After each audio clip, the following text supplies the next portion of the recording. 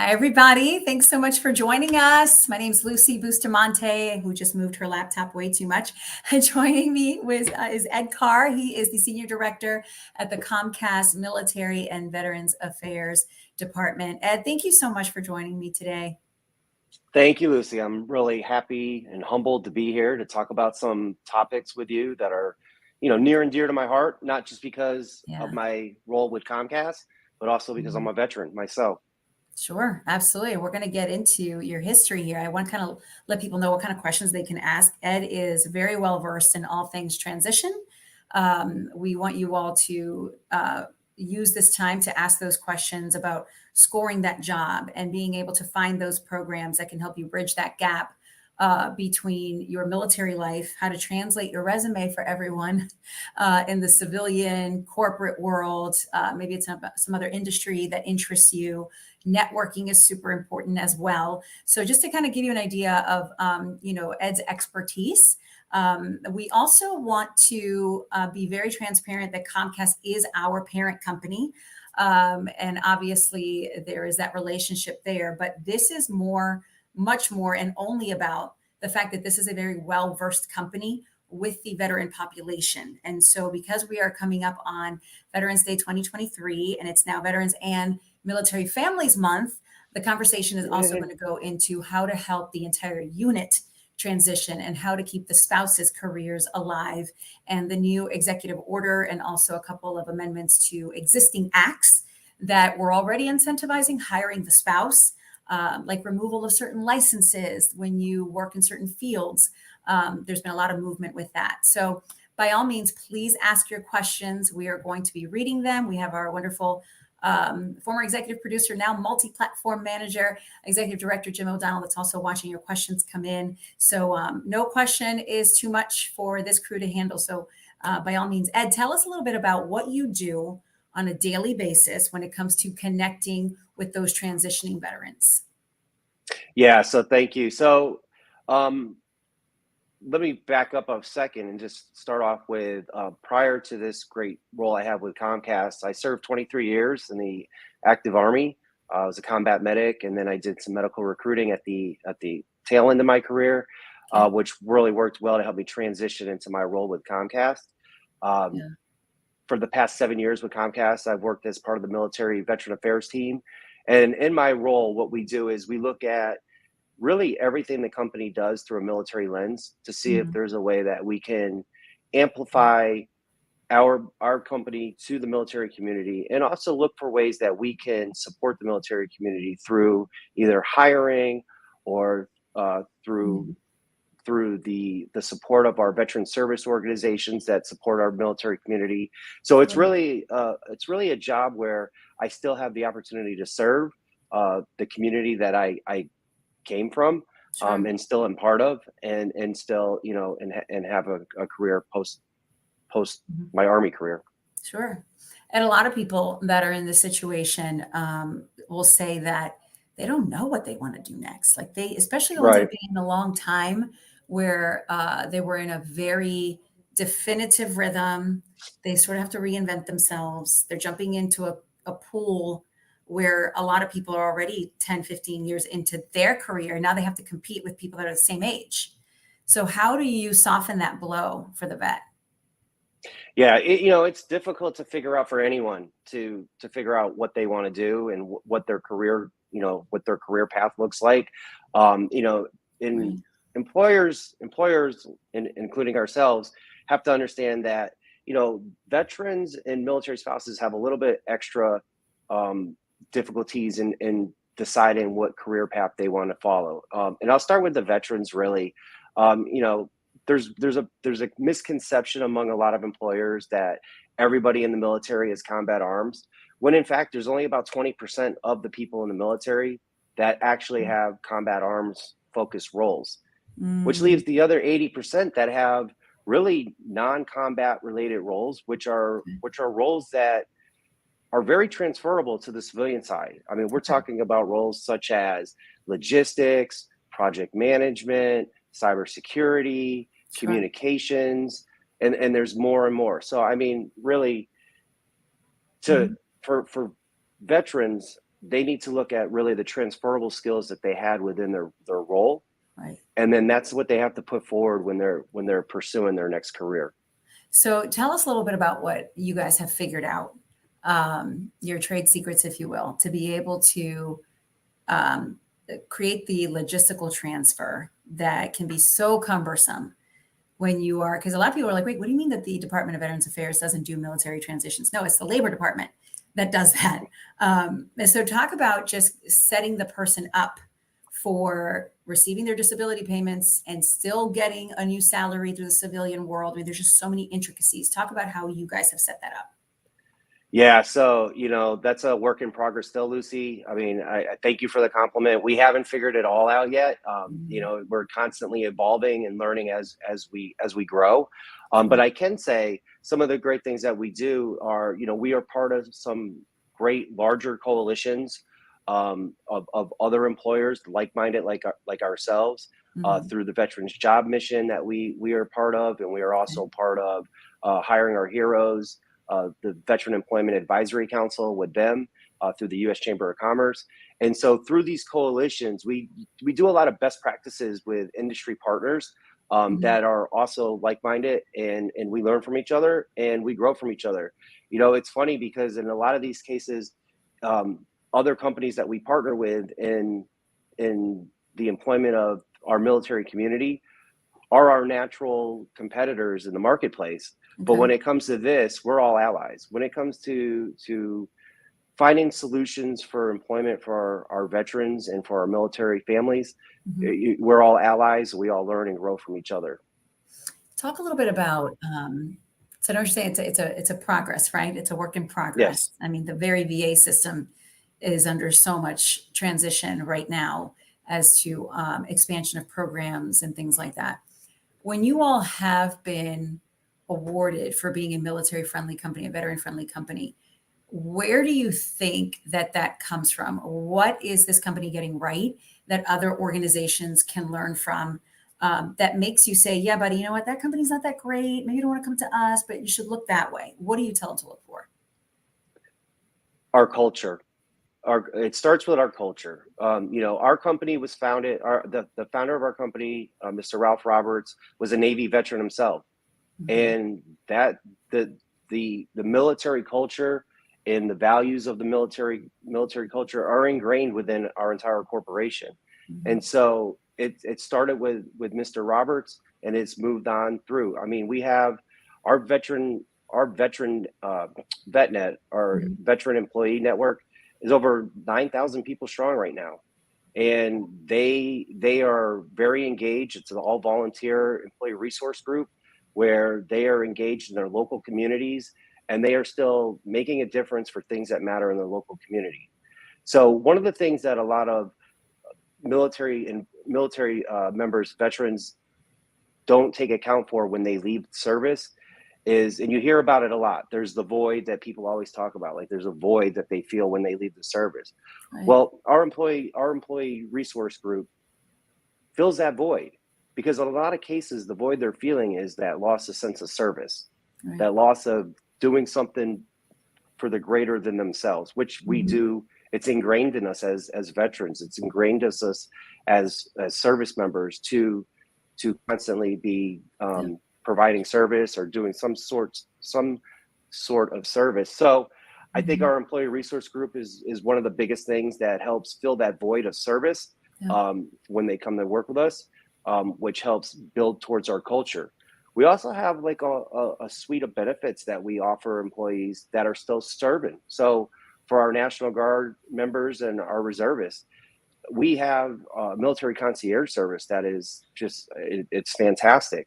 And really, to break it down, what the military concierge is, it's a dedicated HR resource that for our Guard and reservists and our military spouses, and for the Guard and reservists, really, if you're activated to do your military role, right, there's one email that they have to send. There's one email. They send an email to the military concierge, and they say, I've been activated. I have to go and serve. And the military concierge takes care of everything else for them. They take care of the finance issues, or the finance Wow. changes that have to happen, which include for us, our employees, a differential pay that we pay. Okay. So they're not losing money going to serve. Hmm. There's added PTO that we give them for service. There's a whole, there's letting their supervisor understand why they're leaving, why it's the right thing for them to go and do what they're doing. Right. And then the best part is when they come back, Yeah. it's one email again. It's one email again, and the military concierge does everything in reverse. So Wow. the true benefit of that service, and I don't think there's another company that has this, by the way. Right now, I think we're the company out there that has this military concierge service. The benefit of the Wow. military concierge service is it takes all the stress off the service member about their civilian job. Sure. They know that they can go and serve and do what their role is for either the state or the nation. And they know that their job's going to be there. They know that everything's taken care of for them. They don't have to worry about any of that stuff. It takes all that stress off of them so they can completely focus on the mission at hand. So it's an absolutely fantastic program. That's a huge Yeah, deal. I love talking about it. So thank you for asking me that question. It is a huge, logistically speaking, it is a very big deal. And the population that this city is in, that you all serve, at least here in the Philly area, New Jersey, there are a lot of reservists, there are a lot of guard units. And so it's interesting to kind of explain to the civilian population the differences between the two, right? Tell me a little bit about just the incentive. We've heard this. I'm a military spouse myself, and I have heard for a long time from my friends, really, how hard it is to keep your career. I'm one of the few that's been able to keep the career going through his PCSs, through the deployments, and the bravado changes of coming and going. I know I'm a rarity. So tell me a little bit about why you think that this executive order was necessary, that we're now going to have a federal incentive to an employer to hire a spouse, and talk about what that incentive is. Yeah, absolutely. First of all, Mhm. thank you, Lucy, Nice, Ed. Thank for you. you Dealing with truly it. had you truly have the hardest job in the military. You are the backbone of the military. You and all the other military spouses. You truly have the hardest job. We get to go have fun, and you stay back and take care of everything. And so, Mhm. truly, thank you. And I'll you take are it. For the all the backbone of spouses the listening, military. I'll take it. Now, for your question, yeah, incentivizing businesses to focus on military spouse hiring, it's it's it's very important component to address the need, uh, Mhm. and the increased unemployment rate of this demographic. Right. I mean, it's absolutely very important. So talk about that At, real quick. Not to interrupt you, but they're at 21%, which is yeah, 5 times more. I believe it's either 3 or 5 times. I'm going to do a fact check on myself in a minute. Than the regular civilian unemployment rate. I mean, yeah, it's a crisis, especially when you're at a certain level of rank where your entire family isn't going to make the amount of money to even feed your family. And if you think we're kidding, all you have to do is go to the veteran food shelter yeah. that you all actually volunteer at. A lot of families don't even want to admit that they need to go to that food shelter, especially if they're military families. It's very counterintuitive, Ed, to have that disparity in Yeah. need when you are serving the country. Talk about that.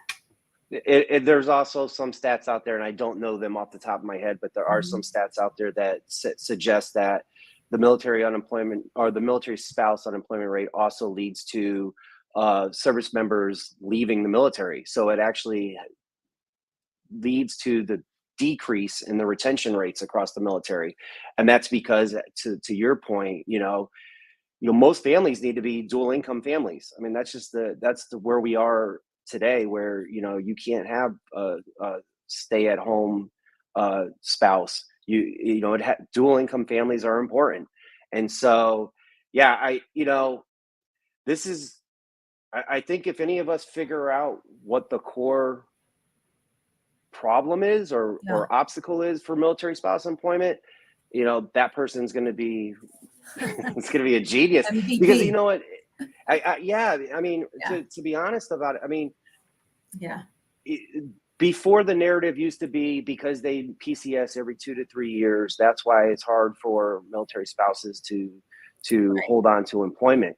But that's Right. kind of the way that hiring has gone in general for the civilian population now in the past, we'll say five years or more. That's A right. lot of the majority of people don't stay in roles for that long anymore. Mhm. So Mhm. so I Yep. I don't I personally don't accept that narrative any longer Okay. of that's the reason why.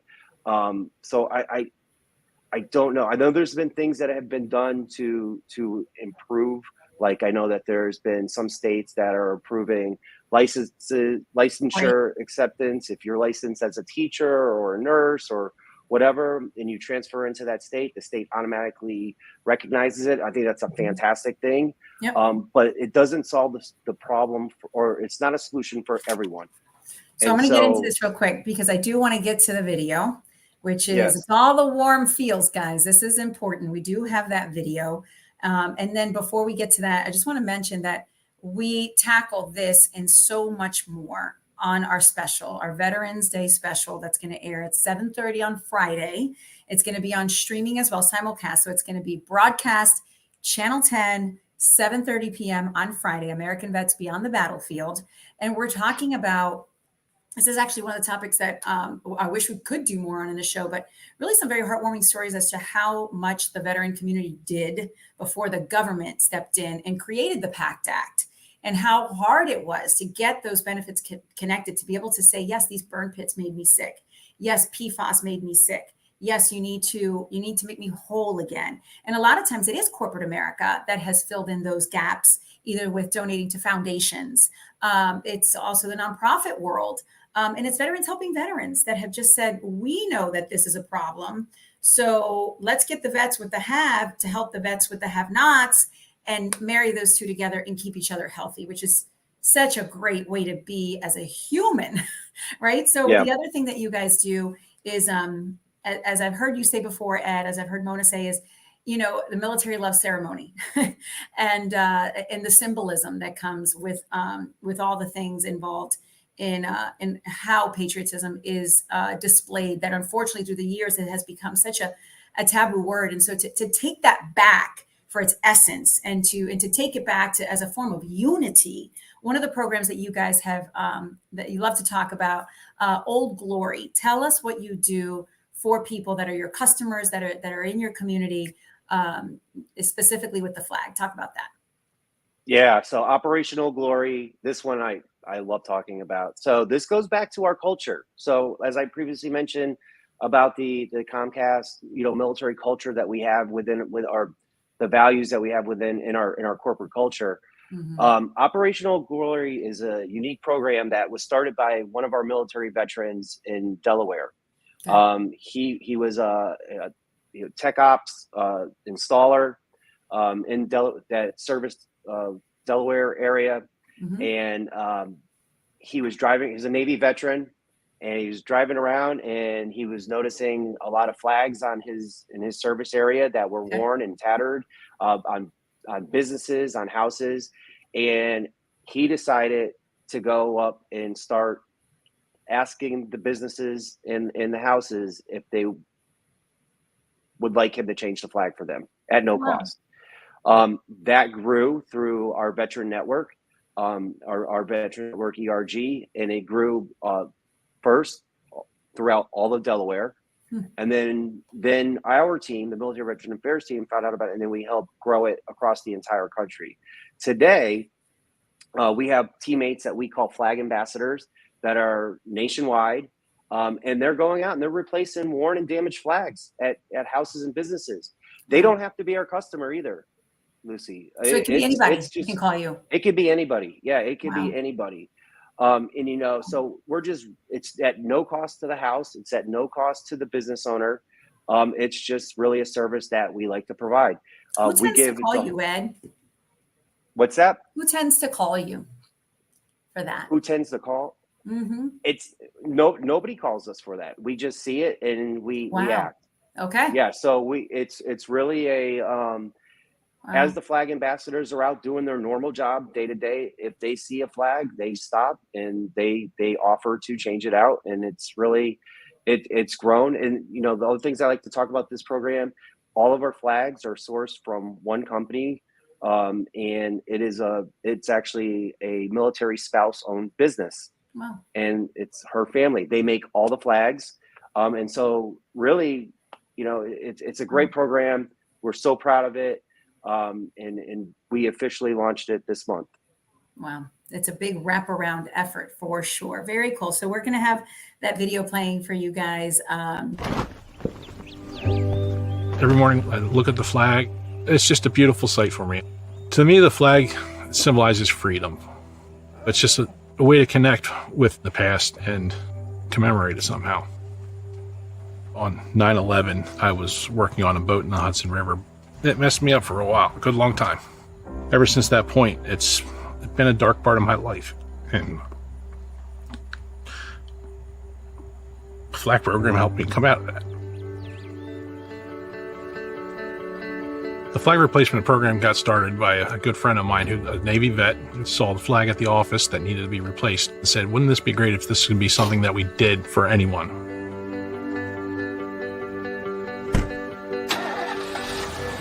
Comcast has always been a community-driven company.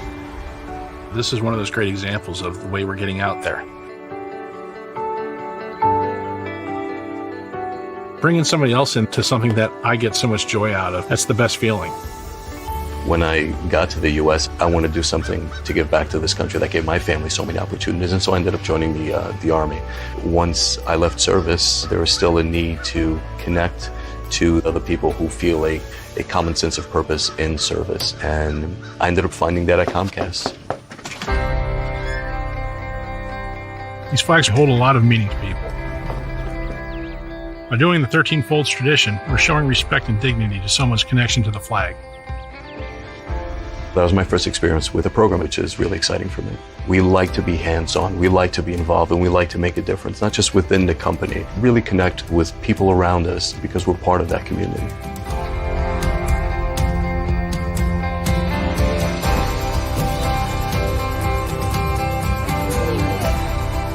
There's always going to be flags to be replaced. So as long as there's flags out there, I'm going to be there to find them. I mean, absolutely beautiful, Ed. Just, I mean, what can you even say about that? And I think a lot of times you have so many people that are trying to find not just the job, but the mission. And sometimes you can't find both in the same space. So to have that and to have such driven people have a place to put it in a positive way, because it really is a complicated relationship with the military, right? I mean, some people loved their service. Other people are like, I don't know how I feel about what happened, and they would still do it again. And some just said, that was great. That taught me this, but I didn't like A, B, and C, and I'm ready to move on. And all of it's okay. All of it's okay. Talk about how you help people kind of come to terms with that. And then we'll talk about the special one more time, and we'll say goodbye for now. Okay. Let me start off first by saying, if anybody wants to learn more about the flag replacement program, they can go to our corporate website. So corporate.comcast.com. Corporate.comcast.com, and it's right on the front page of the website, and you can learn all about it and much more about it. So so what we do a lot so my role specifically to your question, Lucy, you know, I do travel around the country a lot. I talk to a lot of transition and service members, a lot of military spouses, a lot of veterans about their career goals, and we do a lot of there's a lot of searching that you have to do, and a lot of discussion, you know, of refining what motivates you, what your passion is, and what you want to do. You know, what you did in service doesn't necessarily mean that's what you're tied down to do. You know, I like to tell service members all the time, there is no ceiling. There is no ceiling on what you can do. So if you want to do it, go for it. If you need to get the training, you know, let's figure out what training that you need to get, and let's go for it. There are so many programs out there that offer, you know, training to fill the gaps. You know, this is really the greatest time to be a veteran or a service member that is transitioning out, that is looking for the next career for them, because there's just so many programs out there. Corporate America has done a fantastic job of stepping up stepping up to the plate and providing opportunities. There's fellowship opportunities, there's internship opportunities, there's just a whole bevy of things that are out there that we can use. So yeah, I think the first thing to answer your question is, you know, regardless of how you feel about your service, Right. you know, that's great. Thank you for your service. Thank you everybody for your service, but your service doesn't define the rest of your life. And so regardless if you loved it or didn't have the greatest time ever, pick out the pieces of your service that matter for what you want to go forward, because that's the most important thing. You are now the CEO of your family, and your family is the most important thing going forward. And so find what motivates you, find that space that is going to make you excited to get out of bed in the morning, to go and do something, and go for it. Ed Carr, Comcast Military and Veterans Affairs, thank you so much for joining us today. Thank you. I appreciate it. Absolutely. So guys, we are going to deep dive into many more topics that go way beyond just thank you for your service. So join us tomorrow, Friday, 7:30 p.m. on Friday for American Vets Beyond the Battlefield. We're going to be talking PACT Act and renovations to the VA hospitals in the area. And how do you get your services in case you are having a mental health crisis? Who responds? Do you have to pay for that service if you do get help for mental health issues? And how do you find the lighter side of life again, right? And also how people are stepping in for the recruitment issues that our military is having right now. What does the new military look like in this country? And what conflicts and also resources you are about to step into if and when you join. So Ed, the conversation's always ongoing with you guys. Always appreciate it. And we'll see you very soon. Thank you. All right. Thanks, guys. Thanks for watching.